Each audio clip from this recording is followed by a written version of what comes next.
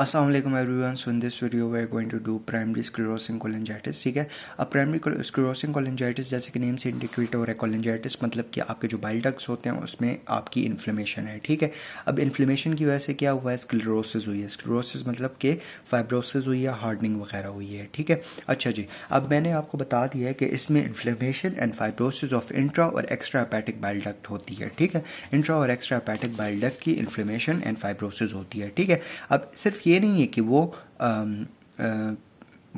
ये जो फाइब्रोसिस और इन्फ्लेमेशन है ना, ये हमारे पास बाइल डक्ट के अंदर तक ही लिमिटेड रहेगी।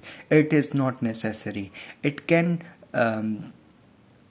Extend to the periductal area as well. ठीक है, तो इसकी वजह से पेरीडक्टल फाइब्रोसिस भी हो सकती है। ठीक है, और जब आप देखते हो ना माइक्रोस्कोपी में तो ऑनियन स्किन अपीयरेंस दे रहा होता है। ठीक है, अच्छा जी, अब जो अनइन्वॉल्व रीजन होता है ना वो डायलेटेड होता है। ठीक है, जो आप इमेजिंग में आपको जो है बीडेड अपीयरेंस दे रहा होता है। अच्छा, जो अनडायलेटेड एरिया होता है ना, फॉर एग्जांपल जो अनइन्वॉल्व एरिया होता है उससे पहले एरिया जो होता है वो डायलेटेड होता है। ठीक है, अब फॉर एग्जांपल मैं आपको बोलता हूँ ये हमारे पास बाइल डक्ट है। ठीक है, अब बाइल डक्ट में हमारे पास जो है वो ये जगह जो फॉर एग्जांपल ये बाइल डक्ट की कंट्री में मतलब बाइल डक्ट ही है। ठीक है, अब ये वाली जगह जो है ना, जो ये मैंने ये कर दिया। ठीक है, तो यहाँ पे हमारे पास जो है वो फाइब्रोसिस भी हो गई है। ठीक है, इन्फ्लेमेशन भी हो गई जिसकी वजह से आपका जो बाइल डक्ट था ना वो पतला भी हो गया है। ठीक है, पतला भी हो गया जिसकी वजह से एक तो जो फ्लो था बाइल एसिड्स और सिक्रीशंस का वो भी नहीं हो रहा। ठीक है, दूसरी क्या होगा कि ऑब्वियसली आपका जो इंट्राल्यूमिनल प्रेशर है वो भी इंक्रीज हो जाएगा जिसकी वजह से ये आपका जो बाइल डक्ट का जो पिछला हिस्सा है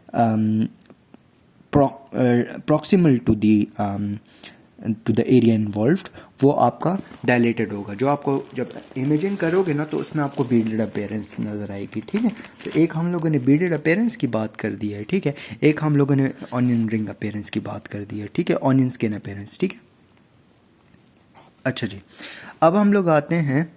अब इसमें ना हमारे पास इसकी एटियोलॉजी जो होती है ना, ये जो प्राइमरी स्क्लेरोसिस कोलिंजाइटिस होती है इसकी एटियोलॉजी जो है वो अननोन है। ठीक है, लेकिन जो मोस्ट कॉमन अगर आप एटियोलॉजी कर लो ना तो ऐसे तो बहुत सारी एटियोलॉजीज़ हैं। ठीक है, कि मतलब ये हमारे पास एसोसिएटेड होता है अल्सरेटिव कोलाइटिस वगैरह के साथ। ठीक है, कौन सी डिजीज़ के साथ भी हो सकता है लेकिन अल्सरेटिव कोलाइटिस के साथ मोस्टली एसोसिएटेड होता है। ठीक है, तो एक आपने ये बात याद रखनी है कि primary sclerosis cholangitis is associated with the ulcerative colitis. ठीक है, अच्छा जी, इसके अलावा ये हमारे पास पी एनका के साथ भी एसोसिएटेड है। ठीक है, जो हमारे पास माइलोपेरोक्सीडेज एंटीबॉडीज़ जो होती हैं ना उस वो इसमें पॉजिटिव आते हैं। ठीक है, माइलोपेरोक्सीडेज एंटीबॉडीज़। ठीक है, अब इसमें क्या होता है ना कि इसमें भी हमारे पास जो ऑब्स्ट्रक्टिव जॉन्डिस होते हैं ना वैसे ही फीचर्स प्रेजेंट होते हैं। अच्छा, तो ऑब्स्ट्रक्टिव जॉन्डिस जैसे फीचर्स इसमें प्रेजेंट होते हैं। ठीक है, इन लेट कॉम्प्लिकेशंस में आपकी सिरोसिस वगैरह हो सकती है लेकिन वो मोस्ट कॉमनली जो है वो आपकी प्राइमरी जो बिलियरी सिरोसिस है उसमें होती है rather than primary sclerosis cholangitis. ठीक है, अब इसमें आपने जो मेन चीज़ें याद रखनी है वो तो एक तो अल्सरेटिव कोलाइटिस के साथ एसोसिएटेड है, पीएन का जो होता है पॉजिटिव होता है। ठीक है, इसमें हमारे पास ऑब्स्ट्रक्टिव जॉन्डिस जो होता है वो प्रेजेंट होता है। ठीक है, इसके अलावा जो है हमारे पास ये इंक्रीज़ करता है रिस्क फॉर द कोलेंजियोकार्सिनोमा। ठीक है, अच्छा जी, अब क्लिनिकल फीचर्स की अगर हम बात करें ना तो इसमें वही फीचर्स होंगे। देखो, सबसे पहले पेशेंट में फटीग होगा। ठीक है, लेथार्जिक हो गया, आर्थ्रल्जियाज होंगे, मलेज होगा, मसल वीकनेस वगैरह। ठीक है, इसके अलावा ऑब्स्ट्रक्टिव जॉन्डिस के फीचर्स होंगे। फीसिस जो होगी वो पेल कलर होगी। ठीक है, यूरिन जो होगी वो डार्क कलर होगी। इसके अलावा पेशेंट में प्लूराइटिस होगा। ठीक है, स्किन में खारिश हो रही होगी। ठीक है, इसके अलावा जो है वो पेशेंट में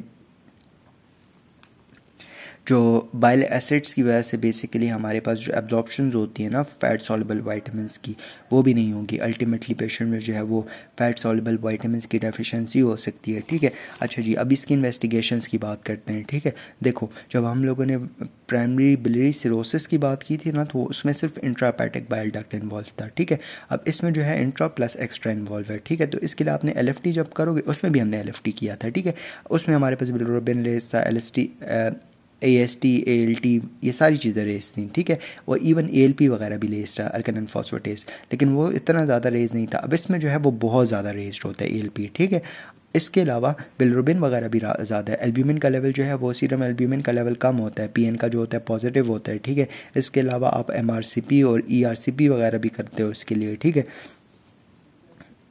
मैग्नेटिक रेजोनेंस कोलेंजोपेंक्रियाटोग्राम और इसके अलावा एंडोस्कोपिक रेट्रोगेट कोलेंजोपेंक्रियाटोग्राम वगैरह और बायोप्सी वगैरह भी कराते हो, ठीक है। अच्छा जी, अब आते हैं इसकी हम लोग मैनेजमेंट पे ना, प्राइमरी स्क्लेरोसिस कोलेंजाइटिस की, ठीक है। तो एक हम लोगों ने जो बाइल रिप्लेसमेंट्स थी ना, बाइल एसिड रिप्लेसमेंट्स, तो वो हम लोगों ने ऑर्सो डीऑक्सीकोलिक एसिड्स हो गए और ओबेटिक कोलिक एसिड वगैरह दे दे रहे हैं, ठीक है। इसके अलावा इम्यूनोसप्रेसेंट्स दे देते हैं, ठीक है, जो हम पिछले में भी दे रहे थे, जो हमारे पास 6 मार्केप्टोपिरीन था और एज़ोथायोप्रिन वगैरह था, ठीक है। इसके अलावा हम लोग पिछले वाले में ये हमने दे दिया था, ठीक है। इसके अलावा जो है हम लोगों ने लिवर ट्रांसप्लांट किया था, ठीक है। अच्छा जी, अब इसके बाद अब देखो, उसमें हम लोगों ने ना फिर बाद में प्रोराइटिस की ट्रीटमेंट की थी ना, जिसमें हमने कोलेस्टेरामीन वगैरह दिया था, इसमें भी हम वही चीज़ करते हैं, ठीक है। अच्छा, एक तो ये हो गया, ठीक है। इसके अलावा पेशेंट में हम ईआरसीपी वगैरह कर लेते हैं, ठीक है, वो कर लेते हैं, एंटीबायोटिक्स दे देते हैं कि इन्फेक्शन वगैरह हुआ अगर कि उसकी वजह से अगर आपकी फाइब्रोसिस हो रही है तो उसको प्रिवेंट करने के लिए माल एब्जॉर्प्टिव सिंड्रोम के लिए आप जो है वो वाइटामिन दे दोगे, सप्लीमेंटेशंस कर लोगे। इसके अलावा कैल्शियम, विटामिन डी, बिसफॉस्फोनेट्स, ये सारी चीज़ें दे दोगे, ठीक है।